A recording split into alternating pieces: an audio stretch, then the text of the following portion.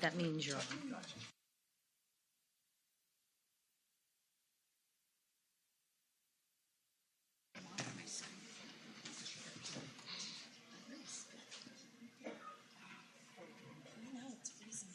I know.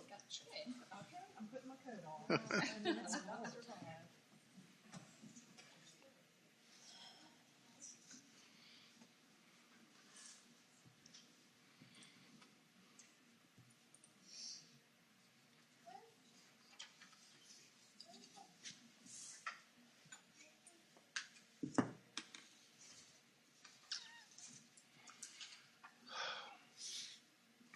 You want to make the motion to come out of closed session? Yeah, you guys ready? Okay. Yep. We'll go ahead and get started.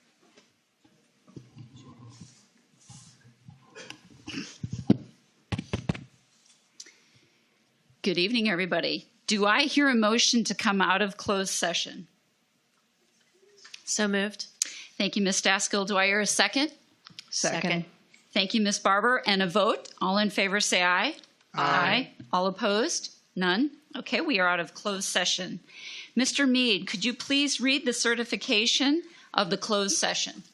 Whereas the New Kent County School Board has convened a closed meeting on this day pursuant to an affirmative recorded vote and in accordance with the provision of the Virginia Freedom of Information Act, and as whereas Section 2.2-3711 of the Code of Virginia requires a certification by New Kent County School Board that such closed meeting was conducted in conformity with Virginia law. Now therefore be it resolved that the New Kent County School Board hereby certifies that to the best of each member's knowledge, only public business matters lawfully exempted from open meeting requirement by Virginia law were discussed in closed meeting to which this certification resolution applies, and only such public business matters as were identified in the motion convening the closed meeting were heard, discussed, or considered by the New Kent County School Board. Okay, thank you, Mr. Mead. Do I hear a motion to approve the certification of the closed session? So moved. Thank you, Ms. Daskell. Do I hear a second? Second. Thank you, Mr. Mead. And a vote? All in favor say aye. Aye. All opposed? None? All right, the motion carries. Good evening, everybody, and welcome to our December school board meeting. At this time, I would ask that we rise for the Pledge of Allegiance, which will be led by Finn Miller, a student at George Watkins Elementary School. Allegiance to the flag of the United States of America and to the republic for which it stands, one nation, under God, indivisible, with liberty and justice for all. Thank you, Finn.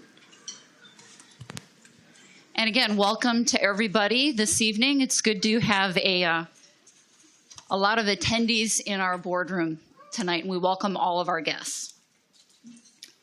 All right, the first item on our agenda this evening is the public hearing.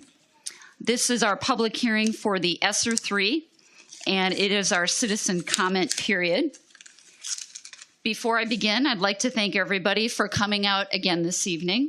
Please note that comments for this public hearing are limited to 3 minutes.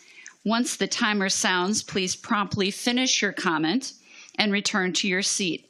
It is customary for the school board not to make comment during the citizen comment period. Please make sure that your contact information is provided on the sign-up sheet if you would like someone to follow up with you directly. And again, thank you for coming this evening. And Ms. Davis, do we have anyone signed up this evening for public comment? Okay, she's checking.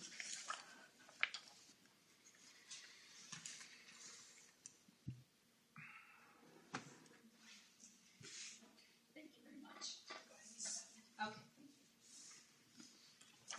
Okay, we have 2 speakers this evening. Our first speaker is Tom Miller.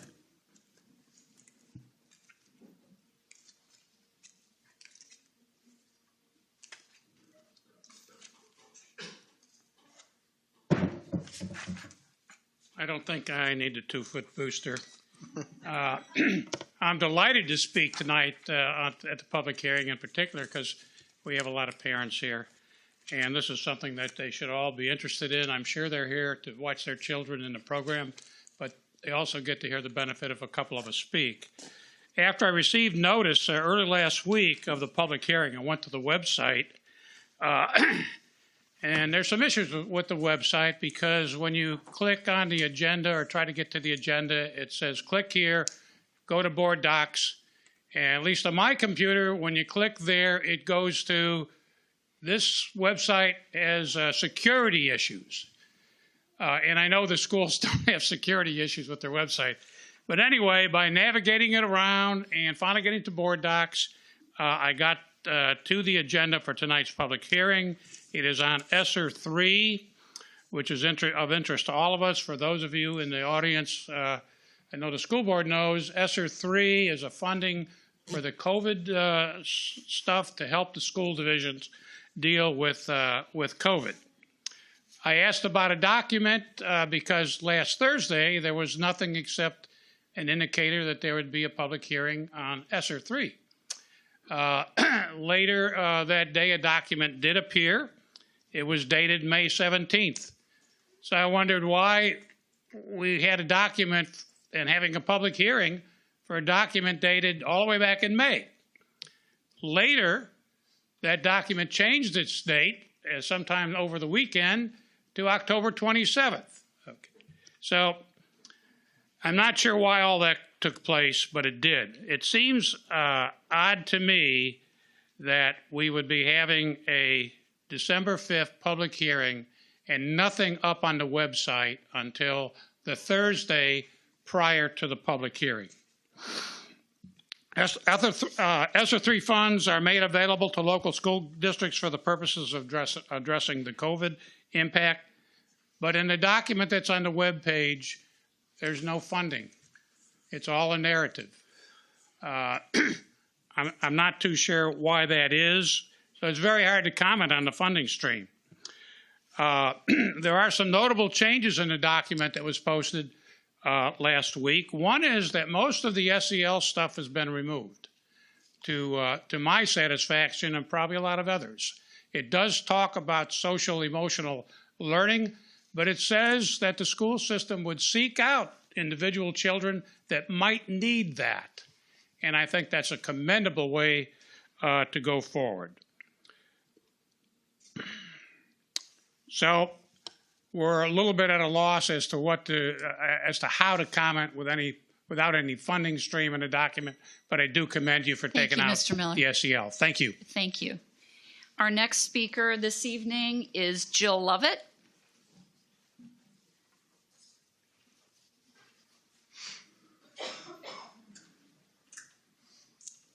Hi, I'm Jill Lovett. I'm in Miss Barber's district. I just have a few things I want to say about this.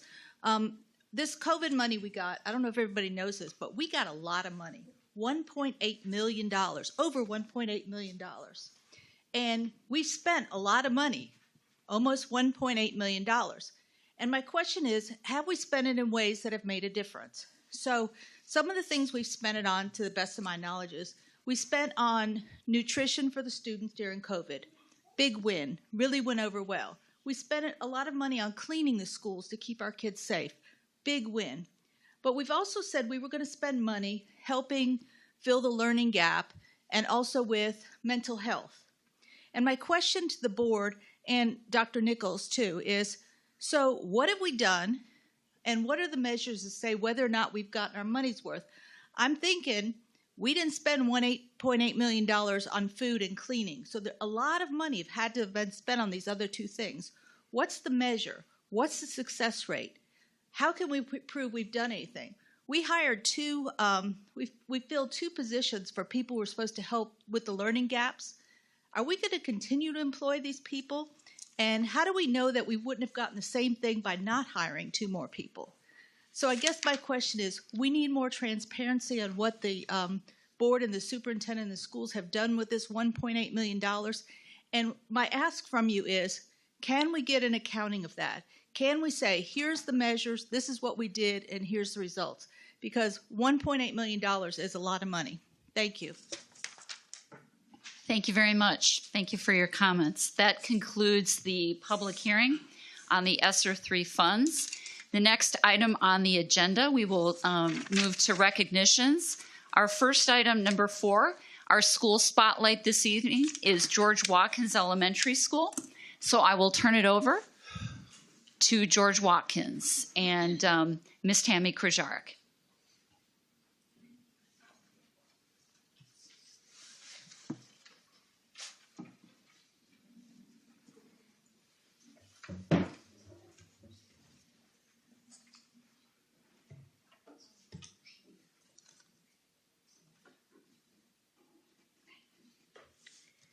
Good evening, Madam Chair, members of the board, Mr. Hockman, and New Kent families.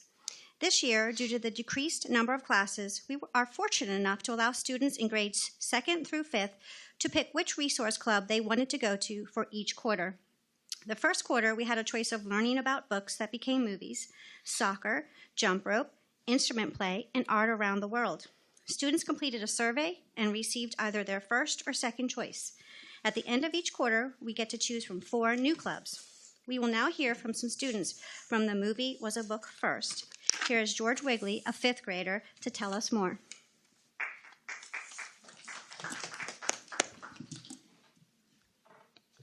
We chose library for our club in the first quarter. I read The Invention of Hugo Cabret and compared it to the movie Hugo. The book was cool because the author uses black and white drawings compared to the movie that uses color.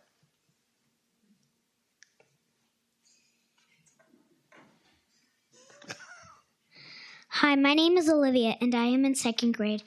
My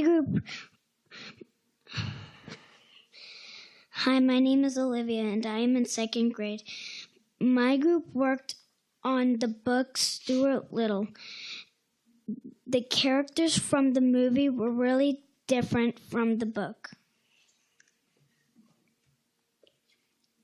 Good evening. My name is Lillian, and I am in the 4th grade. We read the book Because of Winn-Dixie.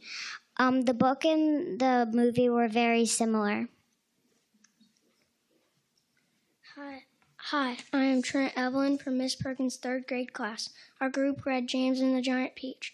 Unlike the other groups, our book was very different from the movie. Next, you will hear from the art club. Hi, my name is Finn, and I'm in 5th grade. Our theme for art club was art around the world. We started by learning about cave art. Hi, my name is Peyton, and I'm in 5th grade. Did you know that cave artists had to make their art supplies from natural materials? Cave painters used symbols to stand for things that were important to them. Hi, my name is Olivia, and I am in 4th grade. Sometimes the cave painters used eggs to make their own paint hold together. We made our own paint using clay and art paste. Hi, my name is Avery, and I am 2nd grade. Painting on cave walls was tricky because it was so bumpy. We crumpled up our paper so we could dry drawing on a bumpy surface. Now let's hear about Music Club. Here is Adam Harris. Good evening. My name is Adam.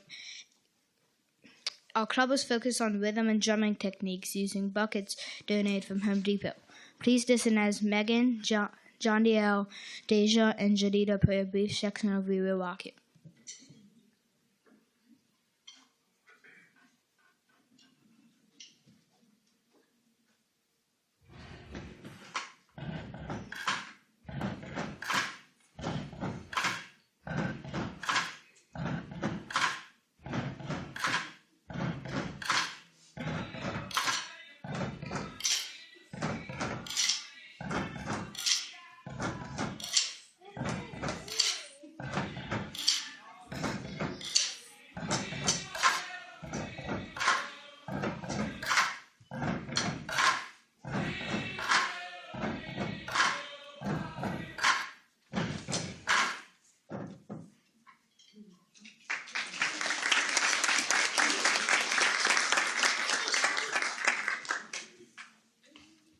Hi, my name is Jade. I'm in the 4th grade. I did not know how to jump rope with someone on my back until I started Jump Rope Club. My skills have definitely improved, and I can now jump rope with 3 people using a large size rope. Hi, my name is Kinsley. I'm in 4th grade. I picked Jump Rope Club because I did not know how to do a trick at all. Now I can do the crossover and jump rope with 3 people using individual rope. Hi, my name is Levi. And I am Joseph. We are in 4th grade. We chose Jump Rope Club because we like to exercise. We learned how to do the double unders and the run through. Hi, my name is Grayson, and I'm in the 5th grade. I love jump roping because I learn new tricks like joining another jumper who is already jumping a rope. Please enjoy a quick demonstration of what we learned.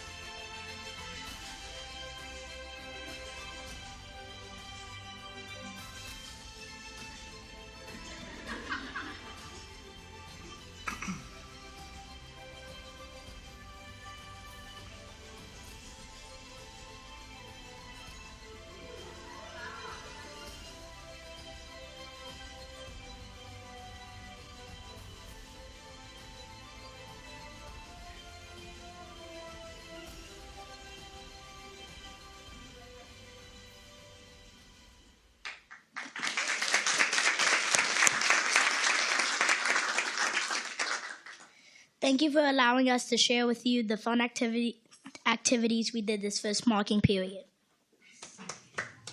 Next quarter, we will be playing dodgeball, singing karaoke, playing critical thinking games, and creating sculptures from recycled materials. We hope you enjoyed learning about the great clubs happening in our school. Thank you for your support of our clubs. Have a great evening.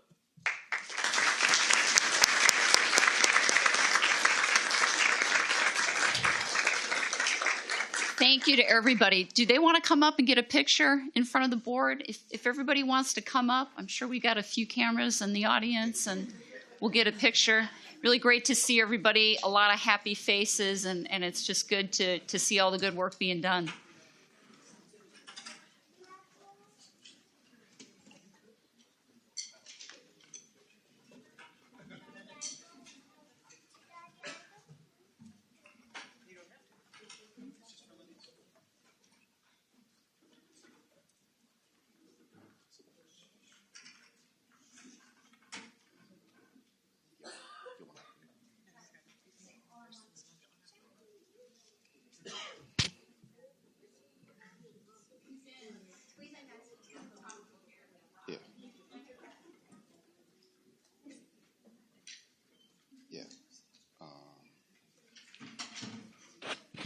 Come in a little bit like that, Dan.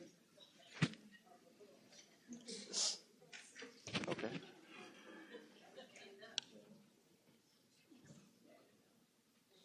Good. All right. Get yours first. Okay. Look this way. Hold on. Shoot. You know what? Sorry. Can I get you? Come in a little bit more. I have a small piece.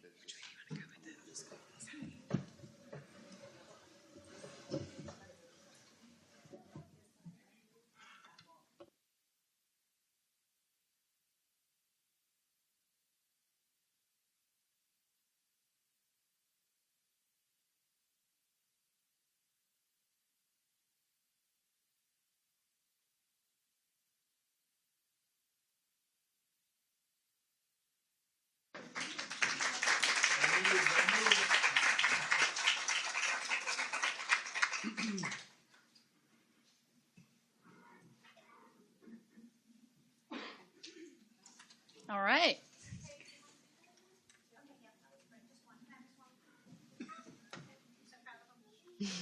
Yeah, get Miss Tammy in.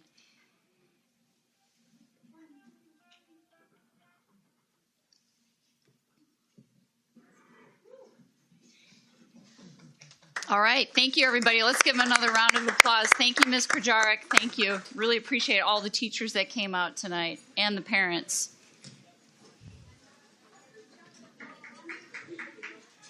No, there's Patrick.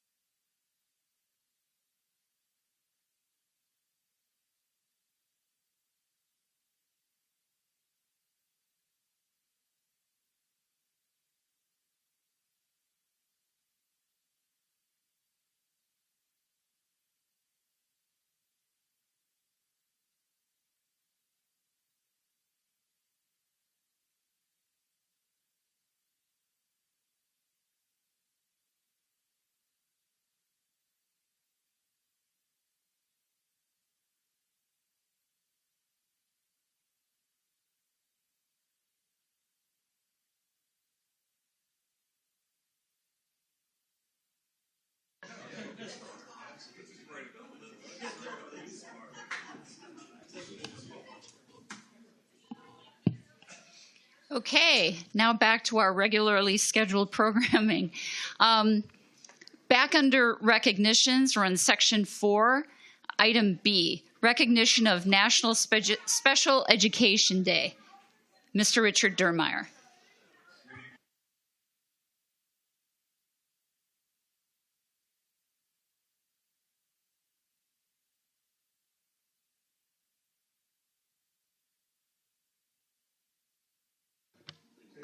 Am I on now? All right, very good. Good evening, Madam Chair, members of the board, Mr. Hockman. This last Friday, December 2nd, marked 47 years of the inception of the Individuals with Disabilities Education Act. And we did, in hindsight, maybe we should have put this on our November 7th agenda. But in any case, we did recognize it as a division. We had it on our bulletin, and the email was sent out to all those administrators throughout the division. And we certainly want to give our thanks to all those individuals that support our special ed students in New Kent. Thank you. Thank you. Thank you very much. Our next item is the recognition of Computer Science Education Week. There you are, Mr. Ross Miller. Good evening, Madam Chair, members of the board, Mr. Hockman. This week is Computer Science Education Week, and this week is set aside to basically to emphasize the importance of learning computer science for our students, as many of the careers they will be going into do involve computers, and many of them aren't necessarily even careers at this point. And so, but we want to prepare them for whatever they may run into. So with the first week of December every year, we put together some different activities that we provide to students throughout the division. Each of our ITRTs, which are Instructional Technology Resource Teachers, we have 4 of those in the division that work to support our teachers and provide technology-based lessons and help them to plan those. They have provided this week different activities for their students to be using. And also, they work with media specialists and STEM teachers to be able to provide activities throughout the week as well in each of the buildings. And so students have both these opportunities you'll see here. These are just some menu boards that students can use that are being sent out to all students. And then there's also opportunities in different buildings, either in the STEAM labs or media centers, to take part in activities that they can learn more about computer science. We are also, just to give you a preview, looking towards next year, we are hoping to incorporate a computer science class at the high school for students who are desiring to strengthen those skills. Excellent. Thank you. Thank you very much. Thank you. All right, moving along to our consent agenda. Board members, by now you've had the opportunity to review the items listed on the consent agenda, including minutes from previous meetings, bills and payroll, monthly financials, and the superintendent's recommendations regarding personnel matters. Do I hear a motion to approve the consent agenda as presented? I move we approve the consent agenda as presented. All right, thank you, Ms. Barber. Do I hear a second? I second. Thank you, Ms. Daskill. Board members, any discussion? All right, hearing none, we'll move towards a vote. All in favor say aye. Aye. All opposed? None? Okay, the motion carries. The next item, item 6 on our agenda this evening, is new business. Section A, fiscal year 24 recommended CIP, which is under essential goal number 3, management and stewardship of resources. Ms. Morheim, good evening. Good evening, Madam Chair, board members. Tonight I bring to you the recommended CIP. This was previously presented to you by Mr. Hockman, and there are only a few minor changes as we finalized this out and made this formal recommendation to our county. I think the two that probably shifted were the school vehicles non-bus, the 2 vans and 1 passenger van that we've added for $143,000, and we finalized a quote for GW Elementary School with the LED lighting project. So next steps are kind of waiting to see what the county manager will bring forward in his recommendation, and then we'll come back to you after that point with a final approval of our CIP plan. Okay, thank you, Ms. Morheim. Board members, any comments or questions? And this was reviewed with the Board of Supervisors at their retreat last month. Okay. Yes, ma'am. All right, thank you very much. Thank you. This comes before us as a vote later this evening. All right, the next item, item B, is the policy revision 2A and 2AB. This is a first read this evening. Under essential goal to create a culture of acceptance for diverse groups of all students, or so all students have a sense of belonging. Mr. Miller. Good evening, members of the board, Madam Chair, and Mr. Hockman. So we're looking tonight at policy IIA. It's part of the instructional policy, and it has to do with the selection of instructional materials. As many of you know, this year with Senate Bill 656, the Senate basically directed the Department of Education to create policies around the use of sexually explicit content in classrooms. And that policy, or that bill, also basically outlined that if it is being used, it didn't prohibit the use of sexually explicit materials, but if it's being used, that we ensure that parents are notified that it is being used in a timely manner, that we identify what that material is and why it's being used, and also it permitting a parent or a student to request alternative materials in the case of its usage. And also that a parent can change their mind at some point, and they're not locked into that decision at any point. So it did require school board, basically the Department of Education, to develop policies, but then the school board to adopt policies that were consistent with this legislation as well as the department's policy. So I'm just going to go through that tonight so you understand the policy that we're requesting to be put in place. And I've pulled out the key pertinent points. Is pretty much a almost verbatim the policy. So A, we do want to make sure that parents are notified. That is clearly outlined in there, and that they're notified in a timely manner. For us, that's consistent with state policy, which is 30 days, that at a minimum that they will be notified 30 days before it's used. Also, our policy does outline that we will provide non-explicit material in the case that a parent requests it or a student requests it. You go ahead and head to the next one. There we go. So part of that is also that we'll create a process for how this is going to happen. I'm going to outline that process as we get towards the end.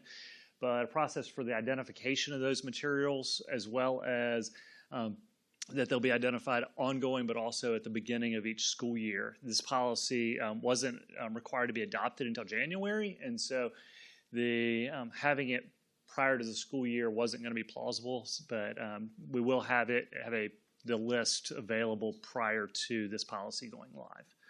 So we'll also provide written notice from the principal of any school that's utilizing these materials at least 30 days prior, and I'll go over how we're going to do that. And then informing parents of their right to review, as well as how can they request an alternative assignment. So as we look at, these are further processes. So a process by which parent could change their decision. Again, we have to have that in place. And then maintaining a list of those materials, they have to be up on the division's website. And then the process for how do we provide online access for parent review as long as it's technically feasible and doesn't violate copyright for us to do so.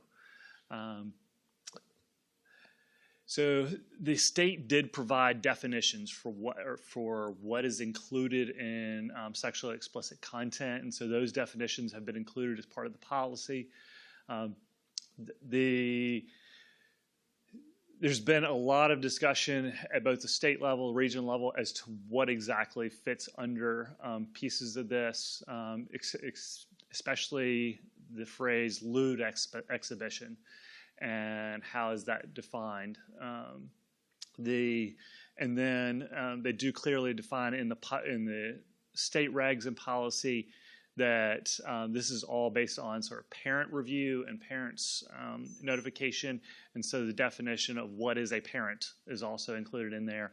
And then the instructional material piece, what is included in instructional materials, and what is not included in instructional materials. And so I'll go through some of those pieces.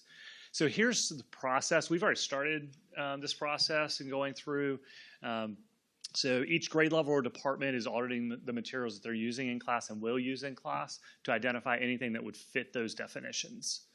So if they find anything, many classes, it is rarity for us to find things, but there are some things in the materials that do fit that definition. So as they find those, we are generating a list that is being reviewed by building administrators to make sure that it fits the definition and determine whether or not it should continue to be used. After we have a master list of everything that is going to continue to be used, then we will be posting that on the division's instructional page. And all course syllabi are being updated to include the identification of those materials that will be used in the class. And so the parents, as students are signing up for courses, they'll be able to see whether or not when material and what material will be included in the class. And then also in there, how can they request to review as well as request alternative assignments.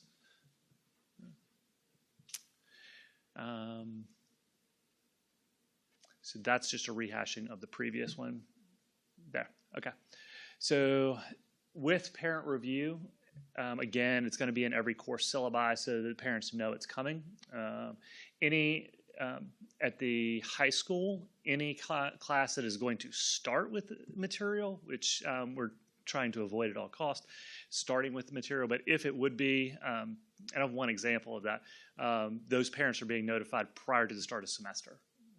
And so one example of that is a dual enrollment psychology class that we have. And so some of the content, it is a college level class, and some of the content in that psychology class would fall under this definition. That because it's dual enrollment, it is also they're enrolled at RCC. And so we're notifying parents soon about that one because the content, because it's college level content, we can't change the content of that course. And so that way, parents, if students need to be rescheduled for second semester, then we'll help parents with that process. Yeah. I think it's really helpful when you give examples because I'm having a really hard time imagining what these different scenarios might be outside of sex ed. Yeah, so Family Life, this is pretty much the process Family Life already follows. and except parents can basically opt completely out of family life curriculum, and that's already put in state code. So very much this process is that. And at elementary and middle, that's pretty much the only place we're finding this. It's when you get into upper level high school classes, literature and or like a psychology class or a college level class.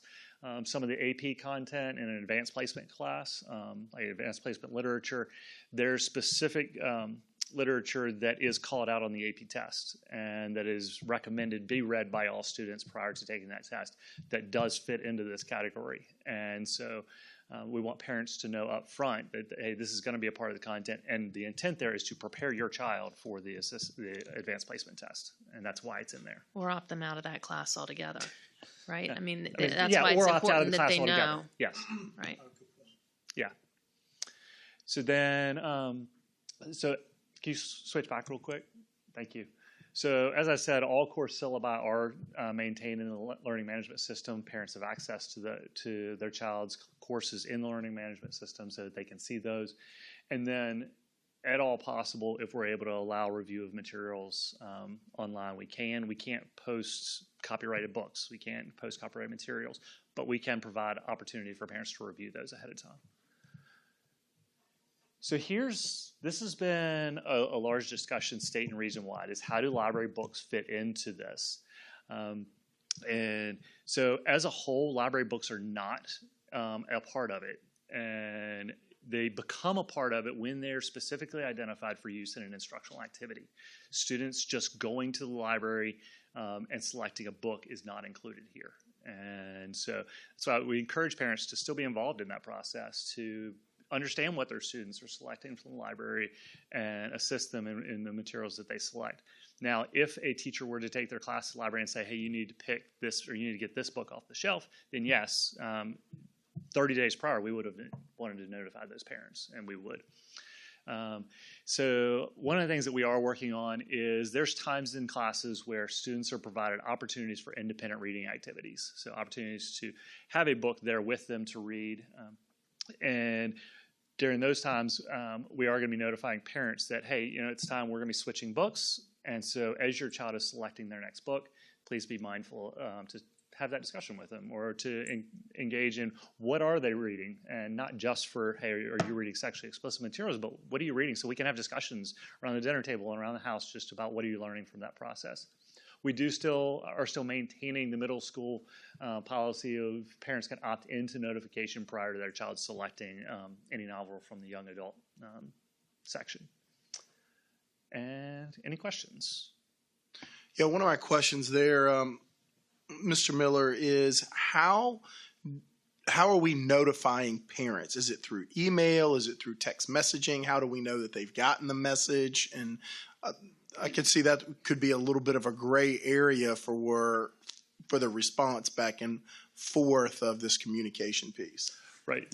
The initial key piece is through the course syllabi. So up front, here's a list of all materials that we'll be using and approximately where you'll find them within the course. So that from the beginning, parents aren't on the fly having to say, okay, on this next activity or this upcoming activity from the beginning, hey, I would like alternatives for each of these as we go through the course.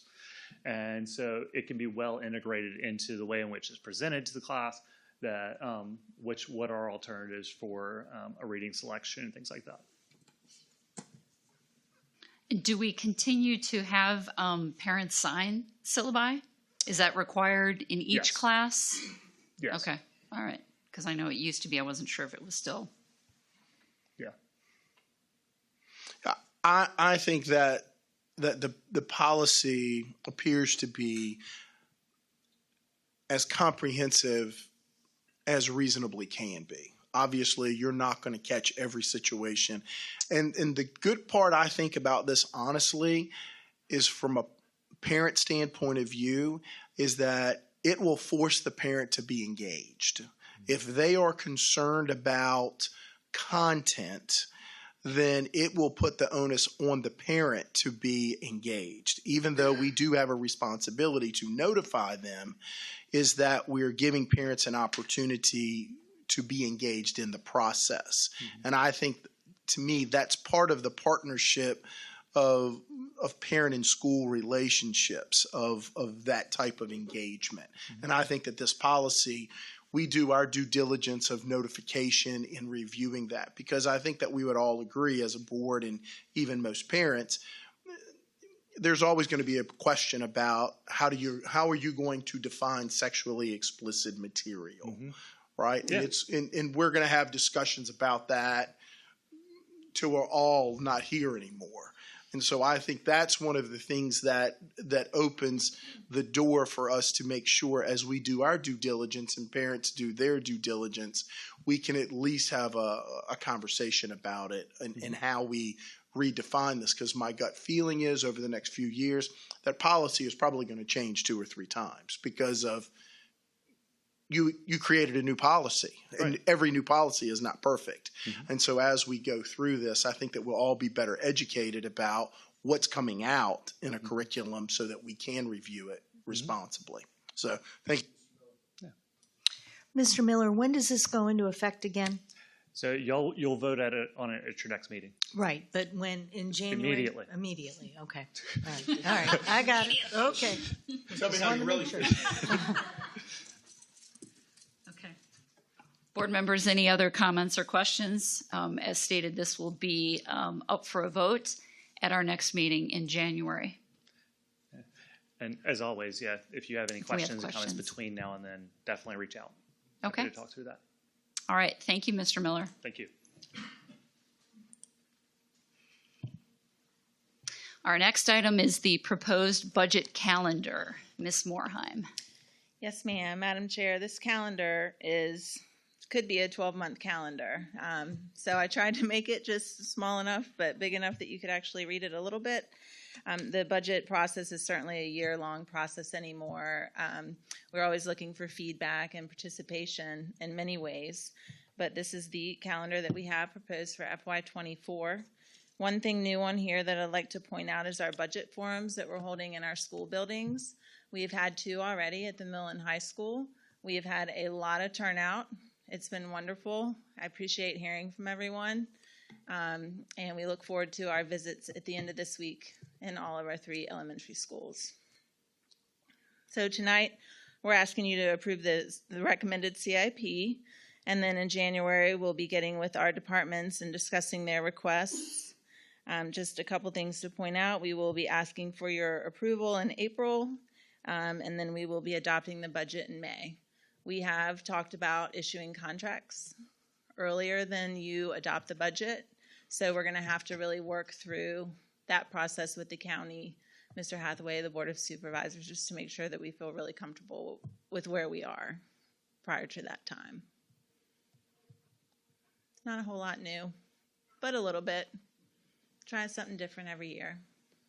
So if you all have any questions, or if anyone has feedback, budget@nkcps.k12.va.us is one way, or just pick up a phone and call or come see us.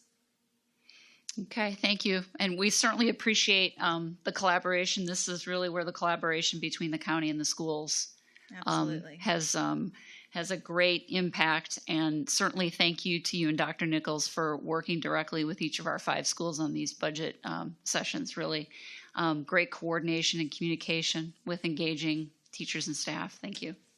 Thank you. All right. Our next item is our athletics update from the middle school and the high school. So this evening we have Mr. Michael Cooper and Mr. Valdrigi.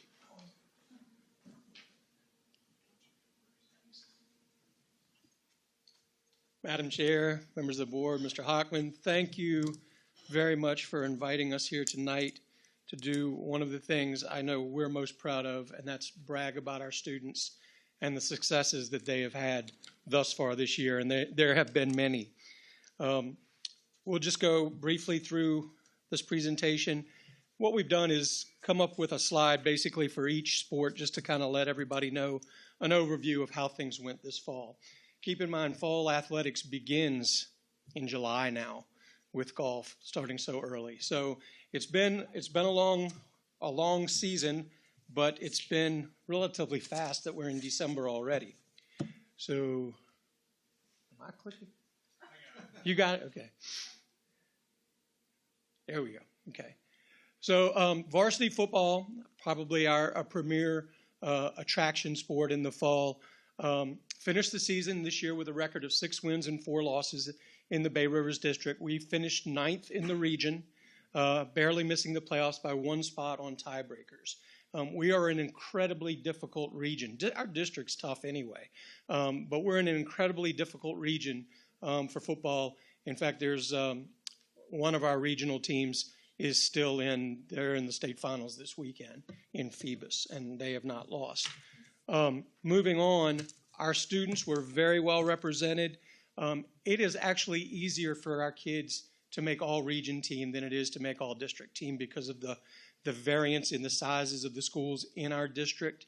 But we had Seth Baines and Thomas Wilson both make second team all Bay Rivers, and Seth, Joe Batkins, Thomas, and Logan Hodge made second team Region 3A. So we're very proud of those individual accolades. In cross country, our boys finished 3rd in the region. And then when we moved on to state competition, Isaac Leprec finished 2nd place in the district. He was the region cross country champion and finished as a state runner-up in the state cross country meet. So we're very proud of him. He has a very, very bright future as a Trojan. Our girls cross country team was very young this year, and they finished 4th in the region and did a great job. Maddie Johnson was 2nd team all district.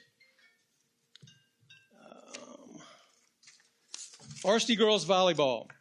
We finished 5th in the district, but still qualified for the regional tournament.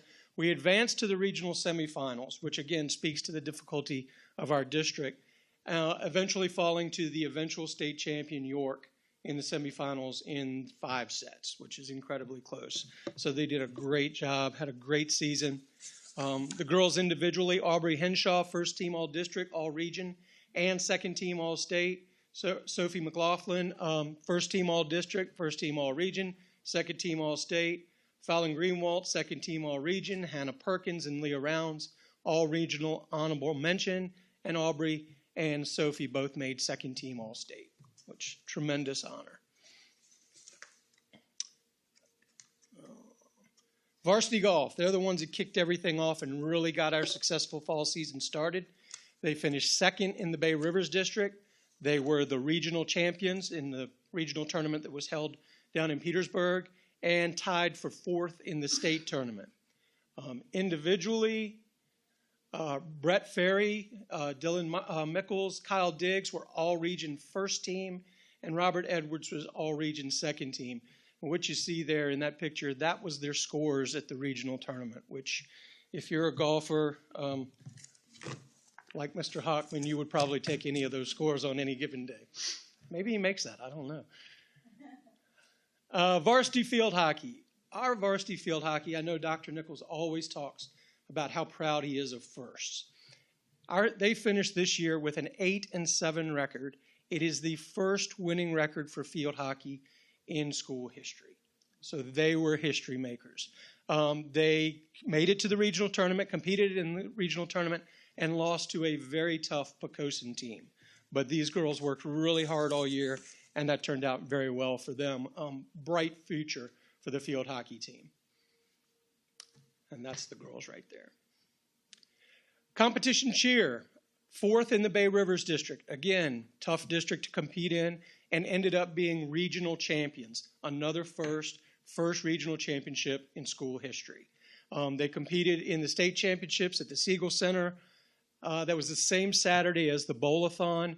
We took a huge crowd to the Siegel Center to cheer them on, and it was really an electric atmosphere. It was very, very, very proud of all of the girls that participated.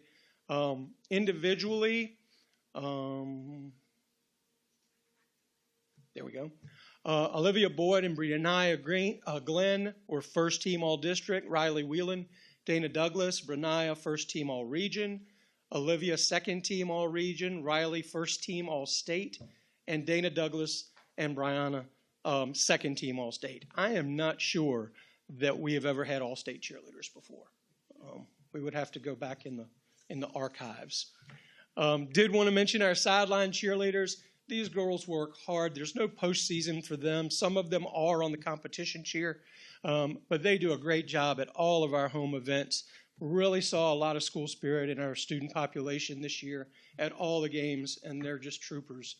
They really sort of carry the torch for school spirit, especially at these events.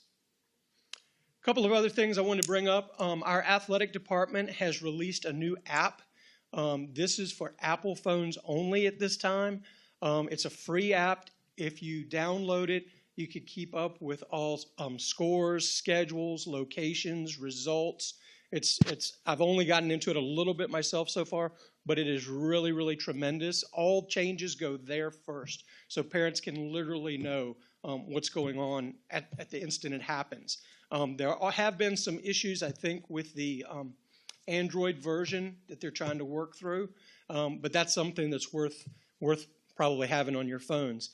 The other thing I'll say before I turn it over to Mr. Cooper, one point of emphasis for Virginia High School League this year has been sportsmanship. It's been really hammered to us at all of the district and regional and state meetings that the uptick in unsportsmanlike and ejections has been rampant across the state. It truly is a real problem.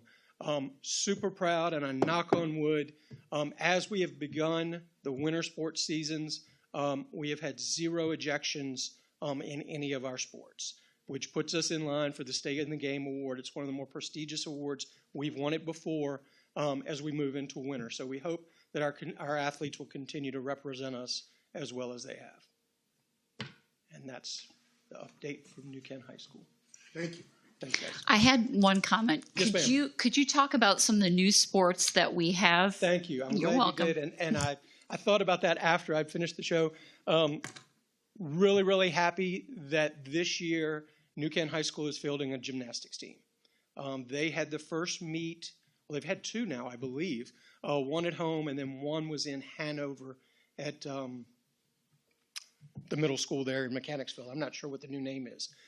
We've got to think about 12 girls competing in that. Is it? Oh, I'm sorry. 10 or 12 girls. I'm not a gymnastics guy, obviously, but super proud of starting that program. Board members, any comments or questions for Mr. Valdrigi? Sounds like we've got some really great coaching as well. As well. Yes, ma'am. I think our congratulations to those coaches for really doing a great job with the athletes, and I think they're really part of the reason that we've had such good sportsmanship. Absolutely. So They send a good message. Thank you. Thank you. All good news, and I have my copy of the app. I went ahead and downloaded it so I could keep up. Yeah, and just one comment. You don't have to stay at the podium, but as the county grows, second fastest growing county in the Commonwealth, I think we still are. There's always a demand for new sports, parents interested in new sports. So that's obviously a concern. It's something we talk about, and it's nice to see that we've added a new sport. There will probably be additional sports added over the next few years as the growth continues, but certainly appreciate it and appreciate the support for the athletics. We're particularly fortunate with the gymnastics. We're the only school division in the Bay Rivers District that competes in gymnastics. Most of our meets will be to Western, Henrico, Chesterfield, Hanover, all of those. Yeah. Most of the schools east of us do not have VHSL teams. You would have to go to Virginia Beach to find those. So we're sort of on the cutting edge, ahead of the curve with that sport in particular. All right. Thank you very much. Appreciate it. Yeah, I think that's when I was at the state school board, it was really encouraging to see the move to more athletics. And for instance, like the new VHSL sport in the state that just got sanctioned is girls wrestling. It's a sanctioned VHSL sport. And it was really encouraging because we as a school division, we can petition VHSL at any time when we want to add a sport. But what happens, they say more times than not, that it starts off as a club sport for most schools. And then based on the interest, it evolves into a sport. So it's really interesting to see how that's going to evolve with lax is starting to be a big one, and things of those and that nature that becomes very popular in different school divisions, especially growing communities and counties. So I'm really encouraged to see the growth of athletics in our facilities as well as our individuals. So thank you very much. All right, Mr. Cooper, now talking about New Kent Middle School. Madam Chair, rest of the board, and Mr. Hockman, it's an honor to be here tonight to speak about our New Kent Middle School fall athletics. We had a fantastic fall season with lots of success. So just as Mr. Valdrigi did, I'm going to cover some of the specific teams and some of their successes that they had over the season. So I'm going to start with the cheerleading. We actually hosted the Bay Rivers District Cheer Competition at New Kent Middle School this year on the football field, and we finished as the district runner-up. So it was a very successful season. Those girls grew and worked very hard. I think they had over 100 chants and cheers that they led they led us in multiple sports and really got everybody involved. So they did a great job this year. All right, our volleyball team, major success. They went undefeated. They were the district champions. They won the championship. I don't know how many years in a row that is. I know they won last year for sure. So it's been a really successful program. And I got some words from Coach Allen, the coach, and she talked about it wasn't just on the field success, but off the field success as well. They cheered each other on. They were real positive, and they just had a really great impact on each other, and they grew as well. So we're really proud of our undefeated volleyball district champs. And I got to mention this, even though it's a little sour point for me. They did win they continued their winning streak in defeating the staff this year in our staff versus student game. So it was a good game, though. It did go 3 sets. Football team, again, they started, early. A lot of them started training, in fact, in the off season to prepare. And of course, I think they started in April with a lot of all-season training, and that led all the way into obviously tryouts in August. It's a long season, and those young men and women, they did a really great job. They didn't win every single game, but again, they grew, and they had a lot of personal growth. They learned from their struggles, and Coach McPherson says, although we only took a few wins on the field, we learned.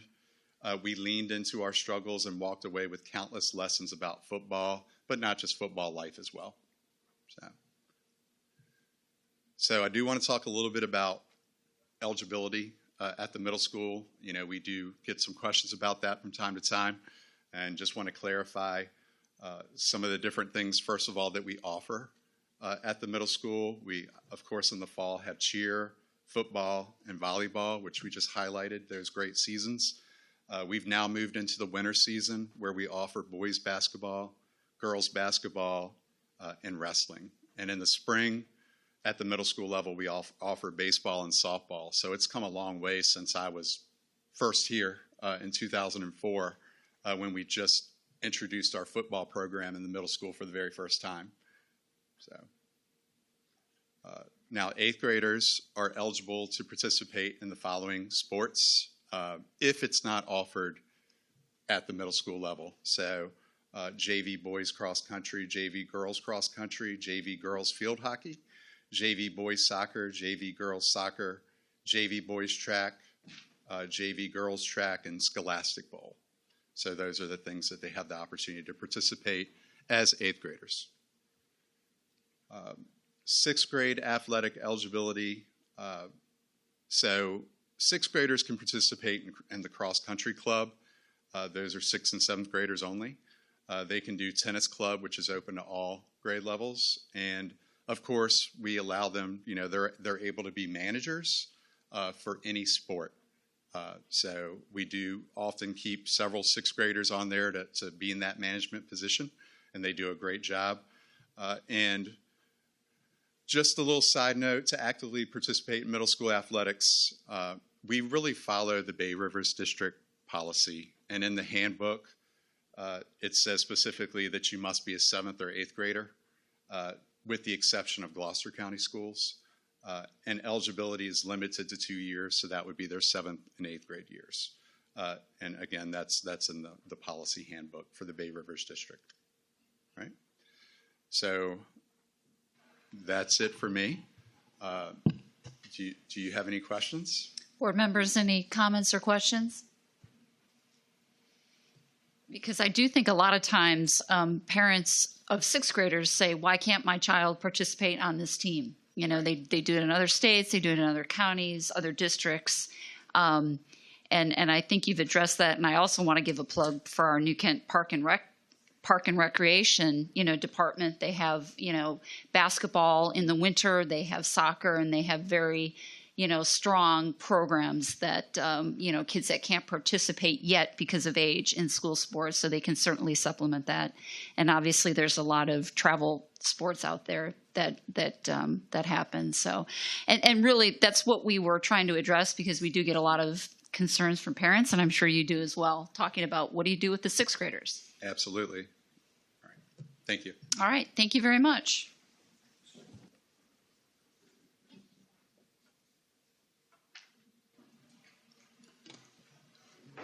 All right. Our last item is the CIP request for an SRO vehicle. So again, back to Ms. Morheim. Yes, ma'am, Madam Chair, board members, Mr. Hockman. This is a transfer request in our CIP, appropriation of prior year funds, basically our year-end balance. I'm requesting that we transfer funding to the Sheriff's Department for the funding of one vehicle for an SRO.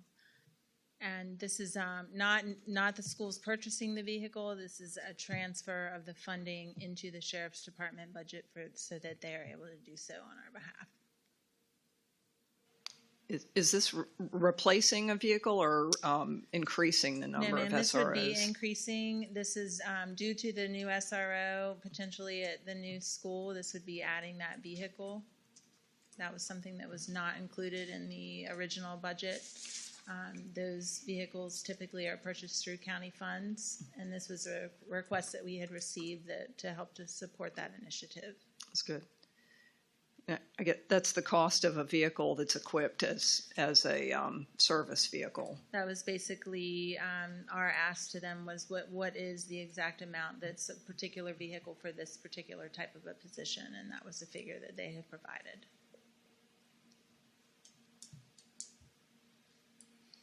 Okay, any other comments or questions? And this does come before us for a vote this evening. Okay, thank you, Ms. Morheim. Thank you. All right, that completes the new business for this evening. We do not have any old business under item 7, so we will move to our citizen comment period. And before we begin our citizen comment period, as a reminder, comments are limited to 3 minutes for our speakers. Once the timer sounds, please promptly finish your comment and return to your seat. It is customary for the school board not to make comment during the citizen comment period. Please make sure that your contact information is provided on our sign-up sheet if you would like someone to follow up with you. And again, thank you for our speakers for coming this evening.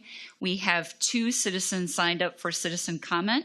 Our first speaker is Tom Miller.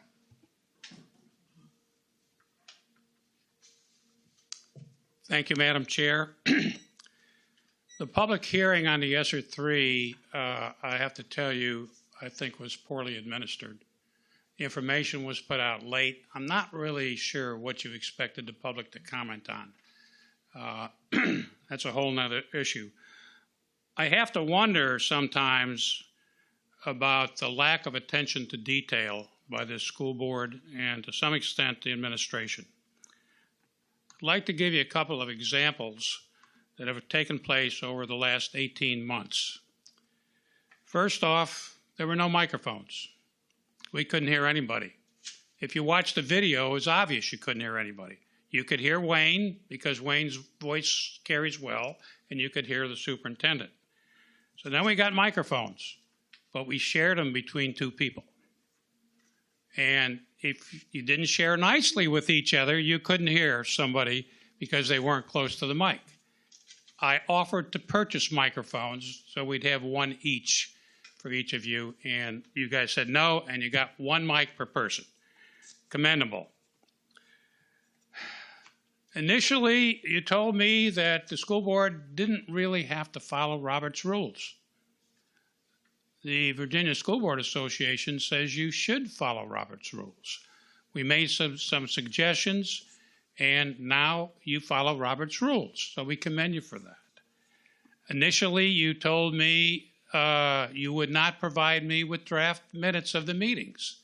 I said, I'm sorry, that's a public document, and FOIA requires you to provide the draft minutes. You now provide the draft minutes. Thank you. There were conflicting dates between the school board meetings and the Board of Supervisors meetings. I think that's been resolved after we suggested just try to coordinate that. Maybe it won't be 100%, but we are having meetings on top of each other, on top of each other. Books became an issue. We had one book that been a big issue. You pulled it. You removed, the staff removed it from the shelves. That excited the people that liked the book and the people that didn't like the book. You never admitted the problem that was brought to your attention, which was the book was given to an 11-year-old. Not that what is an appropriate book for some age discrimination. SEL material is copyrighted. You know, if I fail to understand why you would buy programs where I can buy the math textbook, I can buy the government textbook, I can see the homework assignments for government, but the SEL material is copyrighted. Are we trying to hide something? Safety. We got briefed not too long ago by the superintendent and the sheriff about how safe our school was. Thank you, Mr. Miller. Thank you. Our next speaker is Mr. Greg Reimer.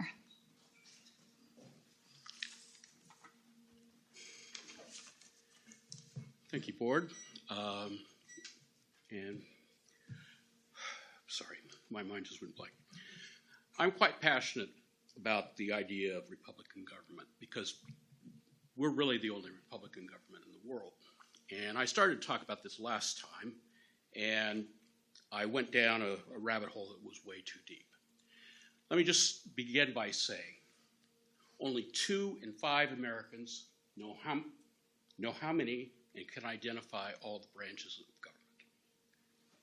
Only 1 in 3 Americans know that the Constitution is the supreme law of the land.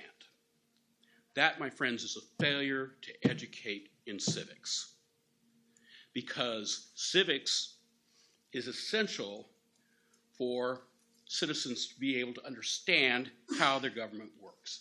Ours is a particularly complex government, and it's complex for good reasons. It's complex to prevent tyranny. It's complex to prevent one branch of government from dominating over the other. It's tiered. There are federal layers. We have to know about those because there are issues with double jeopardy that come up frequently with those tiered jurisdictions.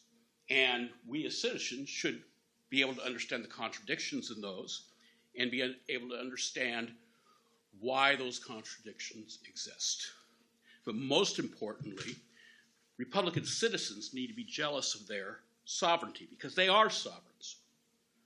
When we created this Constitution, we didn't say we're creating a government to govern us. We said we're relinquishing some of our sovereign rights in order that we can have domestic tranquility, that we can have a law-abiding nation.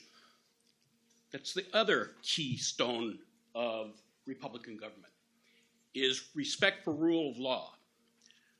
Lincoln he urged all of us to make this a secular religion because it is so important that we obey and enforce every law in order to gain respect for all laws. Because if we start to pick and choose, that's terribly corrosive. Which law should we obey? And why are some people not being prosecuted the same way as others? That erodes trust in the systems completely. With so few people knowing the three branches of government, knowing that our Constitution is the supreme law of the land, I'm sure we have other places where our citizenry is ignorant of their responsibilities and of their government. New Kent should not be one of those places. We need to have a vigorous civics education. Thank you. Thank you, Mr. Reimer. The next section on the agenda this evening is to approve action items. We have 2 action items before the board this evening for approval. I'm on section 9. Section 9A is to consider the approval of the recommended fiscal year 24 CIP. Board members, do I hear a motion to approve the recommended fiscal year 24 CIP as presented? I move we approve the recommended fiscal year 24 CIP as presented. Thank you, Ms. Barber. Do I hear a second? Second. Thank you, Ms. McBeath. And board members, any discussion? Hearing none, we'll move for a vote. All in favor say aye. Aye. All opposed? None. All right, the motion carries. The next item is 9B, to consider approval of the CIP transfer for the SRO vehicle. Do I hear a motion to approve the CIP transfer request for an SRO vehicle as presented? I make a motion that we approve the CIP transfer request for the SRO vehicle. Thank you, Ms. Daskill. Do I hear a second? I'll second. Thank you, Mr. Mead. And board members, any discussion? Yeah, I want to be the first one that drives it. All right. Thank you very much, Mr. Mead. And hearing no other discussion, we'll move towards a vote. All in favor say aye. Aye. All opposed? None. All right, the motion carries. That completes our action items for this evening. Next section is comments, section 10, and I failed to mention that Dr. Nichols is away this evening, so Mr. Hockman is filling in his place. My apologies for not mentioning that earlier. So having said that, Mr. Hockman, do you have any comments this evening? If not, that's fine, but I want to certainly, I wouldn't pass up this opportunity. Go ahead, please. What I would like to do as we approach winter break, I want to take the opportunity to thank all of our teachers and staff and students for their hard work up to this point, and hope that they have a wonderful break. This is our last meeting before break, so we want to make sure everyone goes home, enjoys their time, and comes back very refreshed. Thank you. Thank you, Mr. Hockman. And we'll have board members make comments. Ms. McBeath, are you ready? Please go ahead. Sure. Boy, I can't believe this first part of the year has gone by so quickly. It just seems like we blinked and now we are in December. So echoing off of Mr. Hockman's comments, I'd like to thank our administrative team, our staff, our families, our students for all the hard work that they have done this semester. We've accomplished a lot as a board. We look at what we have done. We've opened a new school on time and under budget. All the great things that are going on in New Kent County. Mr. Valdriguez's presentation with the athletics, that was phenomenal. And hats off to our students and our families for that. From a board perspective, just wanted to let you know that several members of the board here participated in the Virginia School Board Association annual convention up at the Lodge in November. Wonderful opportunity to learn more about certain sections, legal, legislative, as well as great opportunities to, network with other board members across the Commonwealth. So I'm happy to report I was able to participate in that. And that's pretty much it. And thank you for folks who come on a regular basis to our board meetings. We certainly appreciate it, and hope you have a good winter break. Thank you, Ms. McBeath. Mr. Mead. I just want to echo what Ms. McBeath said, and I want to just this personal shout out is that, Ms. McBeath got kind of hurled into this thing in the last year here as we go into a new year when we meet again, and I just want to personally thank her for her perseverance of stepping in and doing an excellent job of communicating with your constituents and participating, and it has made, I know, my position a lot better because of having you on the board, and I appreciate all of your effort and energy that you've put in for this past year, and I look forward to going into 2023 with some excitement and anticipation of all the wonderful things that our school division is going to do. And I think this evening is an indicator of, and even the last time when we had the other elementary schools here, about student participation with their parents and with their teachers and with their administrators, and how they are being creative and thinking outside the box and doing these things. And this is what I honestly, selfishly, I love about New Kent County. Those type of presentations, they're not happening in Henrico. They're not happening in Chesterfield, but they are happening in New Kent County because we're committed to the families and the schools in our division, and we want them to be front and center to show our constituents and the people of New Kent County that we are invested in the process. The same way with Valdrigi and Cooper, and that type of presentation that you give is commendable to let us know that that's why people want to move to New Kent County, because we provide a great product of education, and we are competitive, and I am just excited to be a part of a community that is dedicated to the education and the well-roundedness of our students as well. So thank you so much, administrators and participants in the county. Thank you, Mr. Mead. Ms. Daskell? Wayne, you're a tough act to follow there, buddy.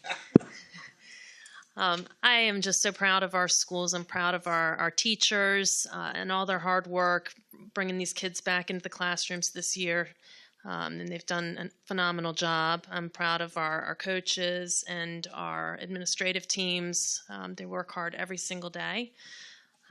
Proud to be a part of this board, and I'm thankful for the participation and the comments and the feedback that we get from our constituents and the people that are interested in what's going on in New Kent schools. So thank you. Thank you, Ms. Daskell. Ms. Barber? Well, it's kind of hard to follow all of you all.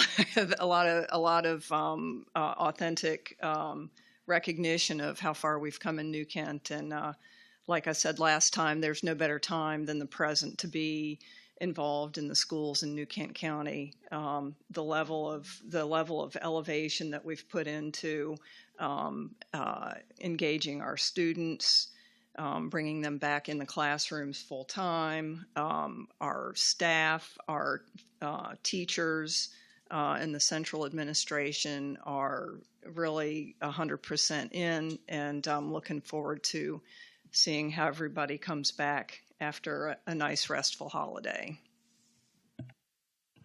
Okay, thank you, Ms. Barber. I want to thank my fellow board members. It's a pleasure to serve with all of you. It's December. I can't even believe where the time went, but I am proud to serve. I'm proud to support this administration, all of our teachers and educators, our staff, and our administrators in the central office. Appreciate all that you do. It's been a new administration coming in with the governor and Secretary of Education and new state superintendent of public instruction. So certainly appreciate all the flexibility and the change that you've endured and responded to as all state agencies have done. Education has certainly been in the spotlight. Thank you to our citizens for holding us accountable.